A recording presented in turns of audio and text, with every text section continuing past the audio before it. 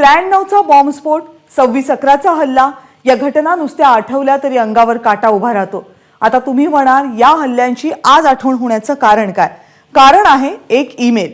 2 दिवसांपूर्वी reserve bank of इंडियाचं कार्यालय उडवून देऊ असा एक ईमेल आला होता आणि त्यानंतर 72 तास उलटतात तो ठाण्यामध्ये ज्यू धर्मियांचं प्रार्थनास्थळ उडवून देण्याचा एक ईमेल आला आणि ठाणे पोलीस दलामध्ये एकच खळबळ उडाली।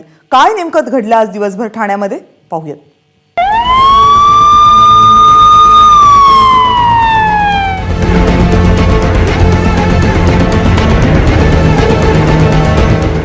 दुपारी 12:30 वाजता ठाणे पोलिसांना एक ईमेल आला आणि अवघं शहर हादरून गेलं।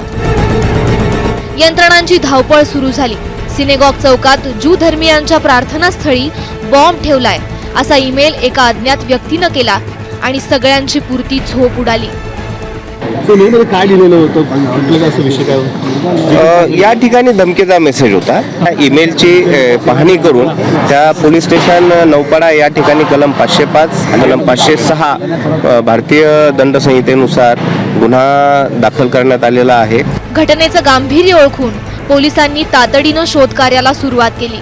भला मोठा फौजफाटा दाखल झाला। चौकातील रस्ते, दुकानं बंद करण्यात आली। परिसरात शुकशुकाट झाला। वाहतूक पूर्णपणे थांबवली गेली।